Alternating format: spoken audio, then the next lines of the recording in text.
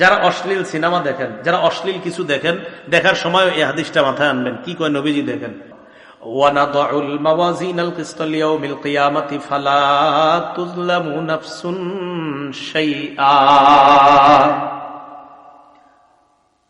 আল্লাহ বলেন, আমি কিয়ামতের ময়দানে ওজনের পাল্লা কায়েম করব, মানুষের আমলনামা ওজন করার জন্য, ইনসাফ কায়েম করার জন্য। কারো প্রতি সামান্য অবিচার করা হবে না।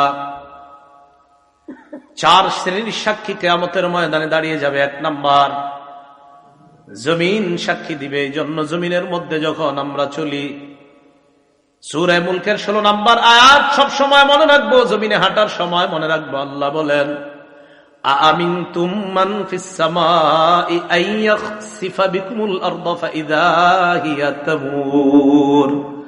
তোমরা কি আসমানওয়ালার থেকে নিশ্চিত হয়ে গেছো যে জমিন তোমাদেরকে, জমিনের মধ্যে আসমানওয়ালা ধ্বংস করে দিবেন না, জমিনের নিচে ধসিয়ে দিবেন না, আর জমিন তোমাদেরকে নিয়ে থর থর করে কাঁপতে থাকবে। এই ব্যাপারে তোমরা নিশ্চিত হয়ে যেও না।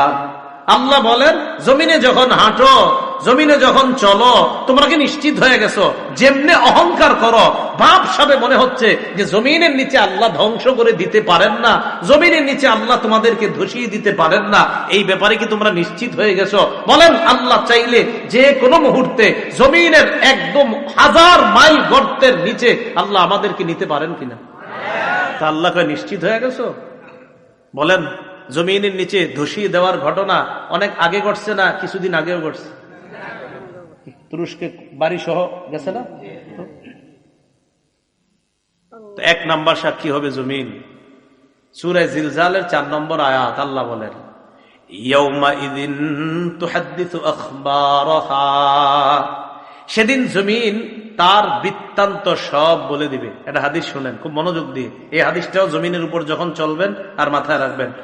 যারা অশ্লীল সিনেমা দেখেন, যারা অশ্লীল কিছু দেখেন, দেখার সময় এই হাদিসটা মাথায় আনবেন। কি কয় নবীজি দেখেন, তিরমিজি শরীফের 2429 নম্বর হাদিস। রাসূলুল্লাহ সাল্লাল্লাহু আলাইহি সাল্লাম এই আয়াত তেলাওয়াত করলেন, সূরা জিলজালের 4 নম্বর আয়াত তেলাওয়াত করার পর নবীজি বলেন, আতাদরুনা মা আখবারুহা। তোমরা কি জানো জমিনের বৃত্তান্ত কি, জমিন কি বলে দিবে? সাহাবীরা বললেন, আল্লাহ আর তার নবী ভালো জানেন। নবীজি বললেন, ফাইন্না আখবারাহা আন তাশহাদা আলা কুল্লি আবদিন ওয়া আমাতিন বিমা আমিলা আলা যহরিহা আন তাকুলা আমিলা কাযা ওয়া কাযা ইয়াউমা কাযা ওয়া কাযা।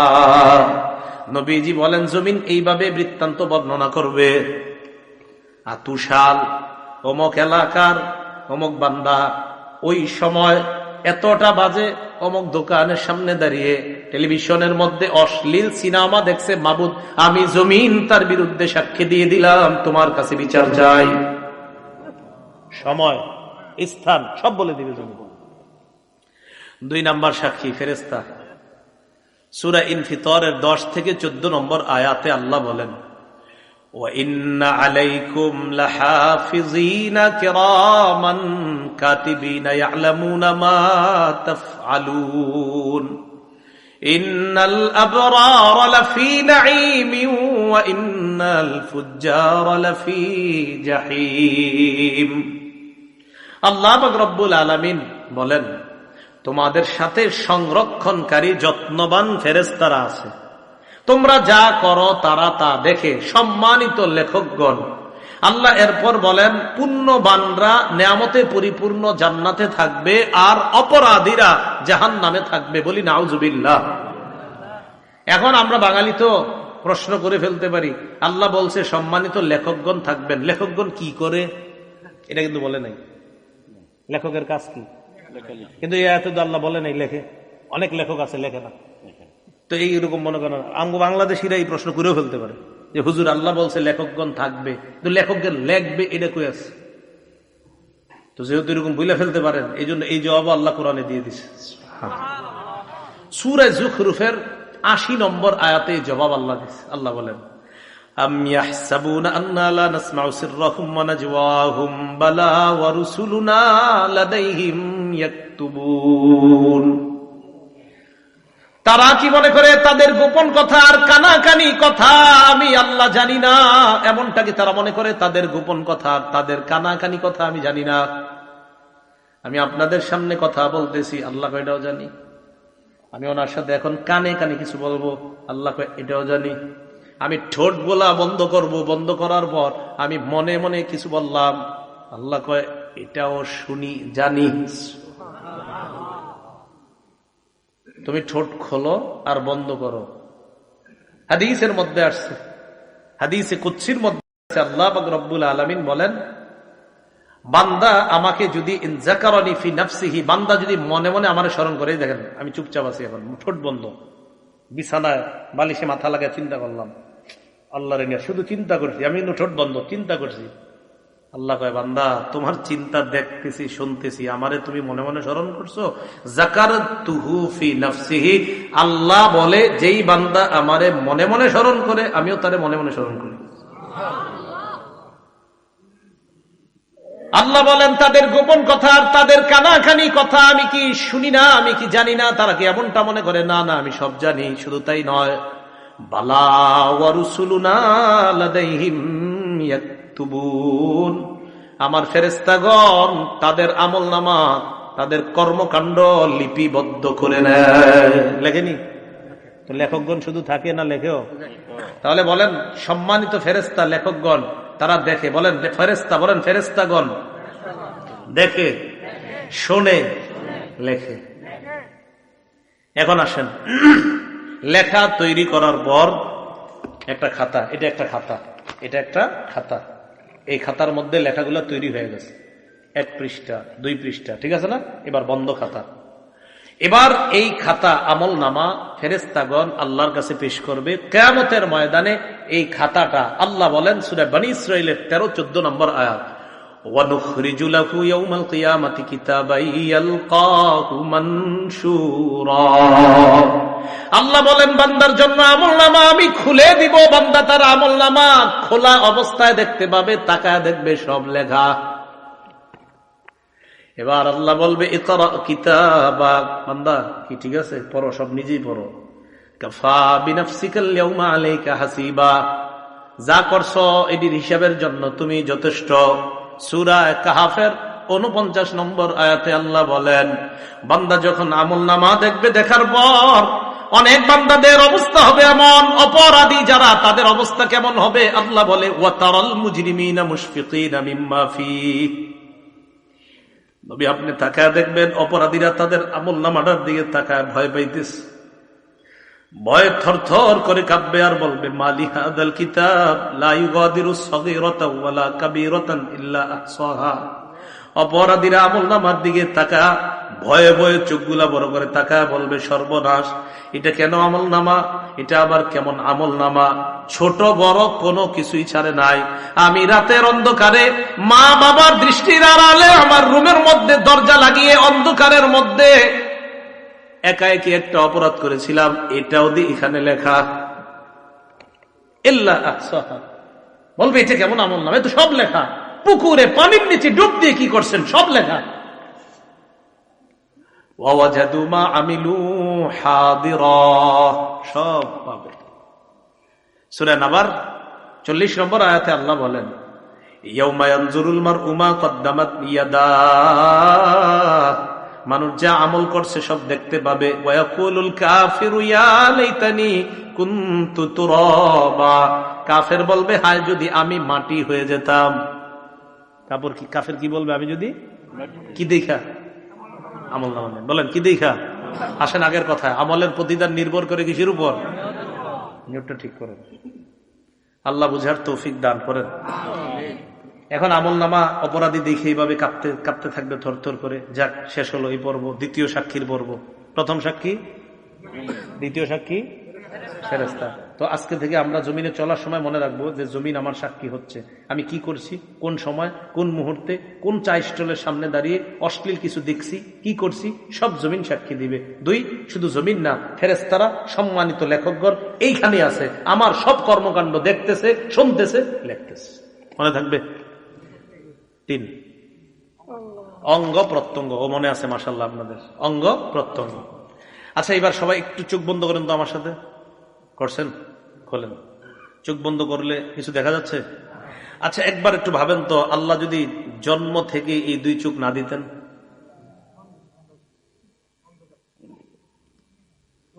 সূরা ইয়াসিনের ৬৬-৬৭ নম্বর আয়াতে আল্লাহ বলেন, ওয়ালাউ নাশাউ লাতামাসনা আলা আ'য়ুনিহিম ফাস্তাবাকুস সিরাত ফাআন্না ইউবসিরুন। আল্লাহ বলেন, আমি যদি চাইতাম তাদেরকে আমি আল্লাহ তাদের আলো লোপ করে দিতে পারতাম, চোখের আলো লোপ করে দিতে পারতাম। চোখের আলো সরিয়ে দিয়ে আমি আল্লাহ যদি তাদের চোখগুলা চেহারার সাথে মিশিয়ে দিতাম, চলতে চাইলেও তারা চলতে পারতো না। একটু চিন্তা করে দেখো, তোমার এমন করলে কেমন হতো। এরপরে আয়াতে বলে, ওয়ালাউ নাশাউ লামাসাখনাহুম আলা মাকানাতিহিম, আমি যদি তাদের অঙ্গগুলা বিকৃত করে দিতাম, আমি যদি তাদের চেহারা বিকৃত করে দিতাম, হাত পা হানি করে দিতাম। হাত যদি না থাকতো সুদের টাকা ধরতো না, পা যদি না থাকতো পা দিয়ে খারাপ কাজ করতে যাইতো না। আল্লাহ বলেন, আমি এগুলা দিলাম, তো তুমি কি করতেছো এগুলা? আমি যদি না দিতাম কি করতা? ফামাস্তাতাউ মুদিয়া, সামনেও যেতে পারতা না, ওয়ালা ইয়ারজিউন, পিছেও আসতে পারতা না, কি করতা তুমি? তখন আল্লাহ বলেন, এতগুলো আমি জিনিসগুলা দিলাম আর তুমি খারাপ কাজ করলা। সূরা ইয়াসিনের ৬৫ নম্বর আয়াতে কি বলে দেখেন, আল্লাহ তাকে কিয়ামতের মাঠে জিজ্ঞাসা করবে, এই এটা করছো ওইটা করছো? না, আল্লাহ করি নাই। বলবে, করো নাই? না। আল-ইয়াউমা নাখতিমু আলা আফওয়াহিহিম, মুখে মোহর মেরে দিব। মোহর মারার পর আল্লাহ বলেন, ওয়া তুকাল্লিমুনা আইদিহিম, তাদের হাত আমি আল্লাহর সাথে কথা বলবে।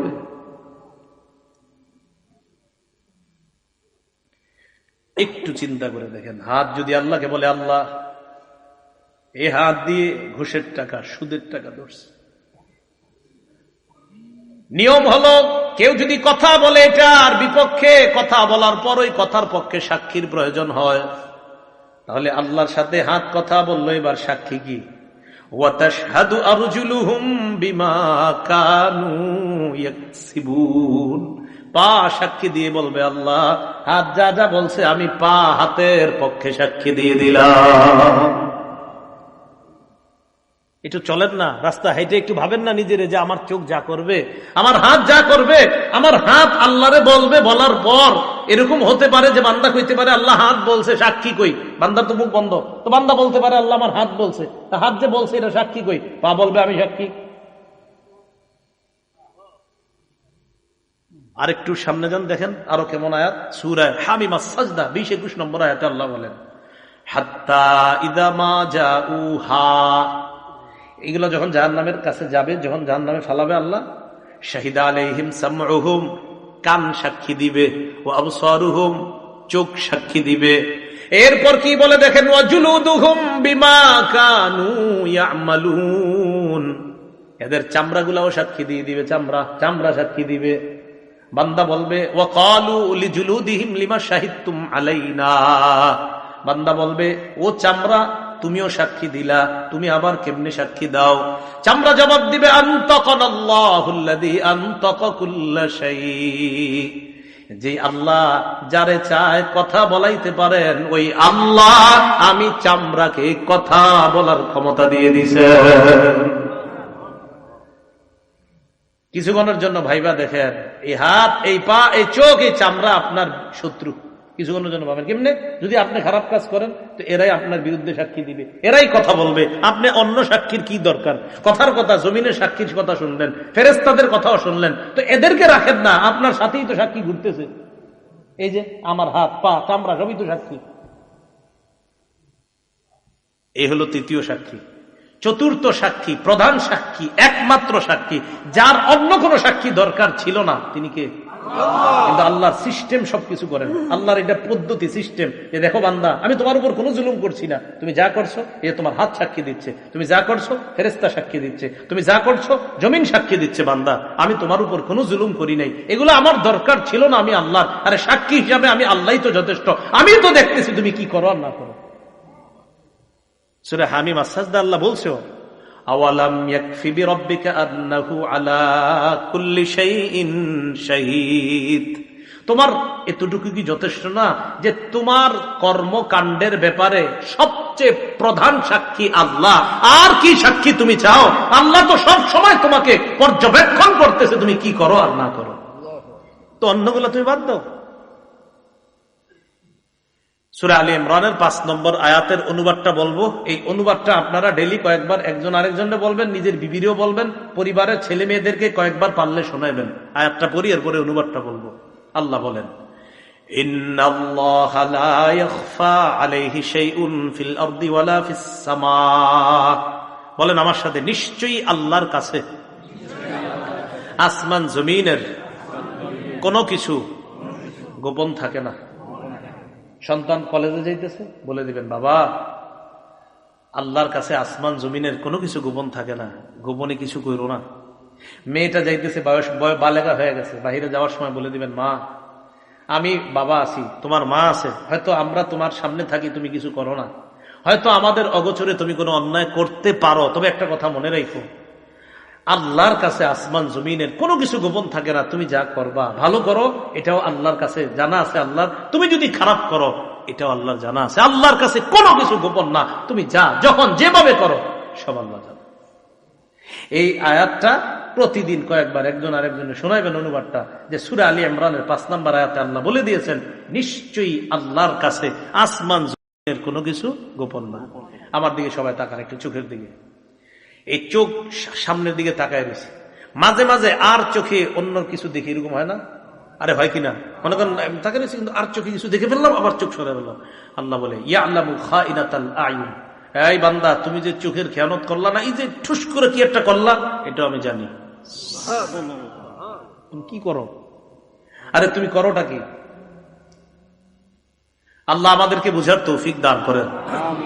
এখন আমার আমল নামা আমাকে দেওয়া হবে, সাক্ষীদের কাজ শেষ। এবার হয়তো ডান হাতে হতে পারে আমল নামা, না হয় বাম হাতে। আল্লাহ বামপন্থী থেকে এই মুহূর্তে আমাদের কারো নাম থাকলে আল্লাহ যেন কেটে দেয়। ডান হাত ওয়ালা যাদের আমল নামা আল্লাহ ডান হাতে দিবে, তাদের কাতারে আমাদের সবার নাম যেন আল্লাহ এখনই লিখে দেয়। সম্ভব না, সম্ভব না। এক মুহূর্ত জাহান্নামের আযাব সহ্য করা সম্ভব না। সূরা হাক্কার 19 থেকে 31 নম্বর আয়াতে আল্লাহ বলেন, ফাআম্মা মান উতিয়া কিতাবাহু বিয়ামিনিহি, আমল নামা ডান হাতে দেওয়া হবে যাদের একদল। তো দেওয়ার পর পরীক্ষার রেজাল্ট ভালো হইলে কি করেন? খুশিতে আরেকজনকে নিয়ে দেখান, আব্বা দেখেন, এই সেই। আমল নামা ডান হাতে পাওয়ার পর সে দৌড়ে পরিচিত জনদের কাছে যাবে, যাওয়ার পর বলবে,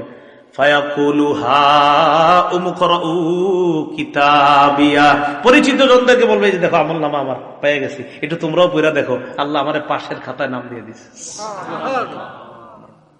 তোমরা একটু পড়া দেখো, আমি পাশ, আমার ডান হাতে দিয়ে দিচ্ছি। একটু চিন্তা করে যে আল্লাহ যেন আমারে এটাই করে কিয়ামতের মাঠে, আমাদের সবাই যেন এটাই করে। তো এটা বলার পর ওই বান্দার আমল নামা ডান হাতে দিবে, দেওয়ার পর বান্দা বলবে, ইন্নী জনান্তু আন্নী মুলাকিন হিসাবিয়া, জানো আমি বিশ্বাস করেছি দুনিয়াতে থাকতে যে আজকের এই হিসাবের মুখোমুখি আমার হতে হবে, এই বিশ্বাস আমার ছিল। আলহামদুলিল্লাহ, হিসাব নেওয়ার পর আমার রব আমার ডান হাতে আমল নামা দিচ্ছে। তো এটা হওয়ার পর আল্লাহ বলে, ফাহুয়া ফি ঈশাতির রাদিয়া, সন্তুষ্টজনক অনন্তকালের আরাম আয়েশের মধ্যে ওই বান্দা অবস্থান করবে। ফি জান্নাতিন আলিয়া, উচ্চ জান্নাতের মধ্যে। কেমন জান্নাত? কুতুফুহা দানিয়া, এত সুন্দর বাগানের মধ্যে থাকবে, যেই বাগানের ফল ওই জান্নাতি পারবে আর খাবে। আরে না না, পারাও তো একটা কষ্টের ব্যাপার। আমি কি জান্নাতে তারে কষ্ট করার জন্য দিছি না? আমার বান্দার ফল খাইতে মন চাবে, ফলটা তার মুখের কাছে চলে আসবে। এখন দেখেন কি কয় পরে, কুলু ওয়াশরাবু হানিআম বিমা আসলাফতুম ফিল আইয়ামিল খালিয়া। এরপর তাকে বলা হবে, বান্দা খাও, পান করো, স্বাচ্ছন্দ্যে আরামে যেমনে মন চায় খাও। দুনিয়াতে কিছুদিন কষ্ট করেছিলা, রাতে শীতের রাত ল্যাপটা ফালায়া দেয়া মসজিদে ফজর করেছিলা, রাতে ঝড় বৃষ্টি হচ্ছে, তুমি সবাই না গেল, তুমি গিয়েছিলা মসজিদে, গিয়ে দেখছো শুধু ইমাম মুয়াজ্জিন আর 2-1 আছে, মাশাআল্লাহ তুমিও গিয়েছিলা বান্দা, একটু কষ্ট করেছিলা, 40 বছর 50 60 বছর, হ্যাঁ কষ্ট করেছিলা তো করেছিলা, তো এখন তুমি গাছ থেকে পাইরা ফল খাবা মানি না? না, তোমার যেভাবে যখন যেমনে মন চায়, শুধু মন চাইবে, আসতে দেরি হবে না, বাস। তুমি ফেলে আসা জীবনে যা করেছো এর প্রতিদান আমি আল্লাহ তোমাকে দিয়ে দিলাম। এলো ডান হাতের আমল নামা। ও আম্মা মান উতিয়া কিতাবাহু বিশিমালিহি, সাক্ষীদের সাক্ষী নেওয়ার পর আরেক দল মানুষের আমল নামা বাম হাতে দেওয়া হবে। বাম হাতে দেওয়ার পর ওই বান্দা বলবে, ইয়া লাইতানি লাম উতা কিতাবিয়া, হায় আমার আমল নামাটা যদি আমাকে দেওয়া না হতো। পরীক্ষায় ফেল করার পর অনেকে চিন্তা করে, হায় যদি আমার এই পরীক্ষার রেজাল্টটা নাই জানতাম, আহারে এই পরীক্ষাটা যদি কোনো মতে বাদ হয়ে যেত, এটা পরীক্ষা দিছে ভালো হয় নাই তো চিন্তা করে এটা যদি কোনো মতে বাদ হয়ে যেত, ঘোষণা করতো যে এই পরীক্ষা আবার দিতে হবে। কিয়ামতের ময়দানে বান্দা আমল নামা দেখবে, বাম হাতে দেখার পর বলবে, ইয়া লাইতানি লাম উতা কিতাবিয়া, আমার আমল নামা যদি আমাকে দেওয়া না হতো। ওয়ালাম আদরি মা হিসাবিয়া, আমার হিসাবটা যদি আমি জানতে না পারতাম। ইয়া লাইতাহা কানাতিল কাদিয়া, হায় মরণ যদি আমার শেষ ফয়সালা হতো, মানে মরার পর যদি আমি মাটি হয়ে যেতাম, আর যদি এখানে আসতে না হতো তাহলে তো সব হয়ে যেত বা বেঁচে যেতাম। তখন কি বলবে জানেন? মা আগনা আন্নি মালিয়া, আমার কত টাকা পয়সা ছিল কোনো কাজে আসলো না। হালাকা আন্নি সুলতানিয়া, আমার কথায় মানুষ উঠতো বসতো, এটাও কাজে আসলো না, চলে গেল। আল্লাহ বলবেন, খুজু, ফেরেশতাদেরকে বলবেন ধরো,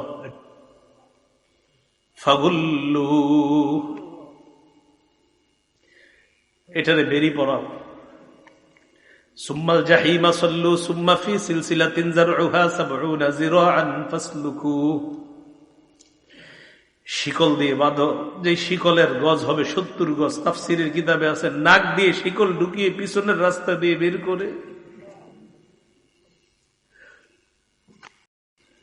পুরাটা শরীরের মধ্যে পেঁচায়া এই ব্যক্তিকে এইভাবে ধাক্কা মেরে জাহান্নামে ফেলে দেওয়া।